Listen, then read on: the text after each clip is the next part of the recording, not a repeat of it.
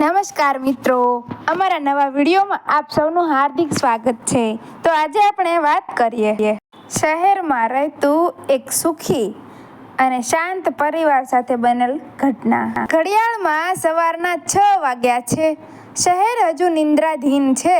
પક્ષીઓનો કલરવ પણ હજુ શરૂ થયો નથી।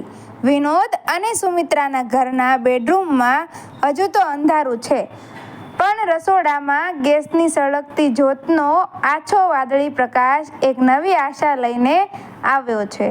સુમિત્રાએ રસોડામાં ડગલા માંડ્યા। એણે જાણતી હતી કે આ આગામી 45 મિનિટ ગોલ્ડન અવર્સ છે। ત્યારબાદ તો ઘરમાં તોફાન આવવાનું જ છે। બાળકોની જીદ, સ્કૂલ બસની દોડધામ, ટિફિનની ઉતાવળ અને ઓફિસનું ટેન્શન। પણ આ 45 મિનિટ માત્ર એ બંને માટે છે। એણે 2 કપ ચા બનાવી અને બાલ્કનીમાં મૂકી। વિનોદ ત્યાં જ રાહ જોતો હતો। બંનેએ એકબીજા સામે જોયું અને મલકાયા।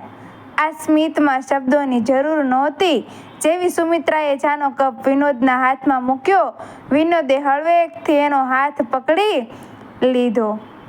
આજની સવાર કેટલી શાંત છે ને?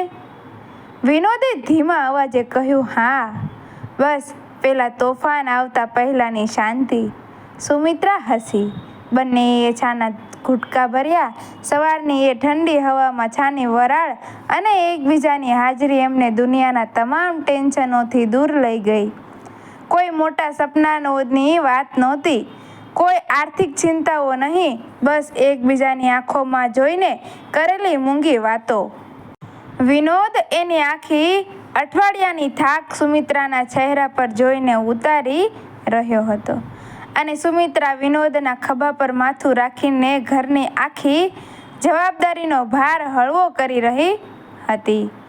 એ બંને જાણતા હતા કે 7 વાગવા આવશે એટલે ઘરનું વાતાવરણ બદલાઈ જશે। બરાબર 7 વાગ્યાનો ગજર વાગ્યો। ઉપરના રૂમમાંથી નાના દીકરાની ચીસ સંભળાઈ, મમ્મી, મારા મોજા ક્યાં છે? અને થોડી જ વારમાં દીકરીનો અવાજ આવ્યો, પપ્પા, મને આજે પ્રોજેક્ટ માટે ચાર્ટ પેપર જોઈએ છે। એ અવાજ આવતાની સાથે જ બંનેના ચહેરા પર એક સ્મિત આવી ગયું। સુમિત્રાએ કપ અધૂરો મૂક્યો અને કહ્યું, લો, તોફાન આવી ગયું।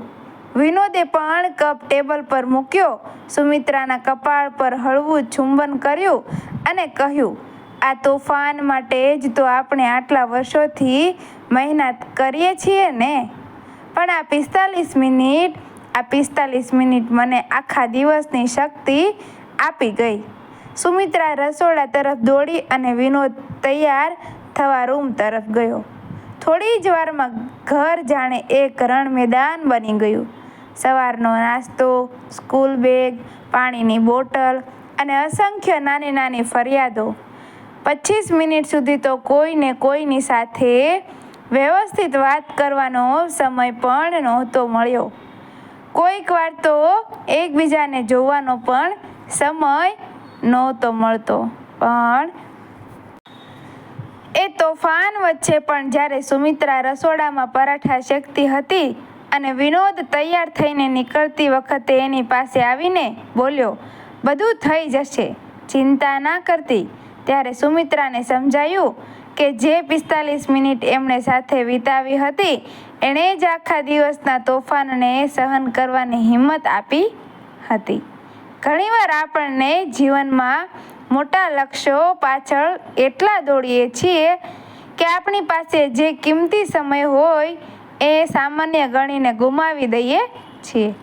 પણ વાસ્તવમાં એ ચાના કપ અને સવારની કે રાતની શાંતિ જ એક દંપતીને આખા દિવસના ઘર્ષણ સામે ટકી રહેવા માટેનું ઈંધણ પૂરું પાડે છે। દરેક દંપતીએ રોજ ઓછામાં ઓછા 45 મિનિટ એકાંત સમય કાઢવો જોઈએ। દરેક ઘરમાં રોજ સવારે એક તોફાન આવતું જ હોય છે, પણ શું તમે એ તોફાન પહેલાંની એ કિંમતી શાંતિને તમારા જીવનસાથી સાથે માણો છો? કે પછી એ પણ તમારી દોડધામમાં ક્યાંક ખોવાઈ ગઈ છે? મિત્રો, વિડીયો ગમ્યો હોય તો વિડીયોને લાઈક કરજો, શેર કરજો અને અમારા આવા જ નવા વિડીયો જોવા માટે અમારી ચેનલને સબસ્ક્રાઈબ કરી દેજો। તમારા ઘરે આવું તોફાન આવે છે કે નહીં? કમેન્ટમાં જરૂરથી કહેજો. ધન્યવાદ.